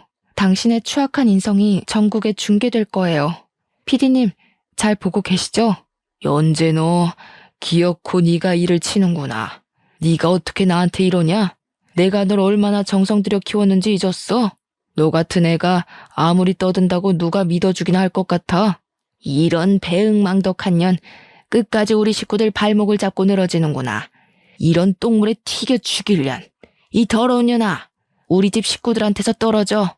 우리 집 양반이 너같이 하찮은 것한테 당할 것 같아? 여러분 이거 보세요. 이거 다 모함입니다. 연재 이 기집애가 우리가 호식이랑 결혼 못하게 했다고 앙심을 품고 벌인 짓이라고요. 모함은 아주머니가 한 거죠. 멀쩡한 공무원인 저를 몸이나 팔고 남자나 꼬시고 다니는 애라고 온 동네에 소문냈잖아요. 제가 사람들 증언 다 녹음해서 모아놨어요. 아주머니도 곧 명예훼손죄로 재판받게 될 겁니다. 남한테 우러러 보이는 게 중요한 분들이 왜 그러셨어요? 명예가 그렇게 중요하고 고상하게 살고 싶으면 양심에 따라 사셨어야죠. 당신들이 얼마나 천박한 사람들인지 다 알게 될 거예요. 키워준 은혜를 결국 이런 식으로 갚는구나. 네가 이렇게 배응망덕한 년인 걸 알고도 사람들이 네 편을 들어줄까? 그리고 호식이한테 꼬리친 건 사실이잖아. 순진한 호식이가 너한테 넘어가서 공부도 안 하고 결혼하겠다고 설치는데 그럼 그냥 둬? 저를 키워준 걸로 생색내는 것도 이제 끝이에요. 그것도 결국 우리 아빠를 속인 걸 덮고 당신들 이미지를 좋게 만들기 위해 한 일이잖아요. 당신들 같이 더러운 인간들의 위선에 모두들 속았지만 이제는 아니라고요. 우리 아빠를 등쳐먹은 것도 모자라서 오빠까지 등쳐먹으려고 한 거 세상 사람들한테 다 알릴 거예요. 그리고 재판 끝에 이상근은 징역 7년을 선고받았습니다. 당연히 군수 선거 출마는 무산되었죠. 저희가 바란 만큼의 벌은 아니었지만 그들에게 중요한 건 선량한 시민이라는 타이틀이었고 명예였으니 최고의 복수를 한 거였습니다. 아빠로부터 갈취한 돈과 그동안의 이자에 대한 지급 명령이 떨어져 그들은 자기네 과수원을 팔아 돈을 갚았습니다. 남의 시선을 그리도 중요하게 여기는 사람들이니 그 동네에서 살 수 없어 도망치듯 멀리 이사갔죠. 그 뒤로는 어떻게 되었는지 소식을 못 들었습니다. 저희에겐 더 이상 중요한 일이 아니기도 했고요. 가장 친한 친구에게 배신당한 아빠를 생각하면 마음이 아팠지만 열심히 살아가는 게 저희가 할 수 있는 최선의 일이었습니다. 저는 독일로 유학을 떠나 박사 학위를 받고 4년 전에 돌아와 강사로 활동하고 있습니다. 독일에서 만난 사람과 결혼도 했죠. 오빠도 결혼을 했어요. 오빠와 결혼한 사람은 다름 아닌 호식이네 부모가 그렇게 호식이와 결혼시키고 싶어 했던 세윤이랍니다. 성적이 좋았던 세윤이는 법대 가라는 주변의 권유를 만류하고 선생님이 되고 싶다면서 교대에 갔어요. 오빠를 본 세윤이는 저를 진심으로 걱정해주고 돌봐주는 오빠에게 반했다고 해요. 서울에서 다시 만났을 때도 변함없이 좋은 사람이라는 걸 알고 오빠에게 먼저 다가간 거죠. 호식이 부모는 오빠가 고졸이라고 무시했지만 막상 그들이 고상한 집안이라고 그렇게 좋아하던 세윤이는 학벌 같은 게 중요하지 않다는 걸 알았던 거죠. 지금 와서 생각해보면 누가 누굴 보고 집안 타령을 했는지 웃음이 나올 지경이에요. 가식으로 쌓아올린 상아탑 위에서 저희를 내려다보던 상근 아저씨 부부는 이제 사기꾼이 되어 다시는 마을에 돌아오지 못하게 됐으니까요. 저를 위해 그렇게 희생한 오빠가 세윤이같이 좋은 사람과 결혼한 걸 보니 세상에 그래도 정이라는 게 있나 보다 하는 생각도 들었습니다. 제 이야기는 여기까지예요.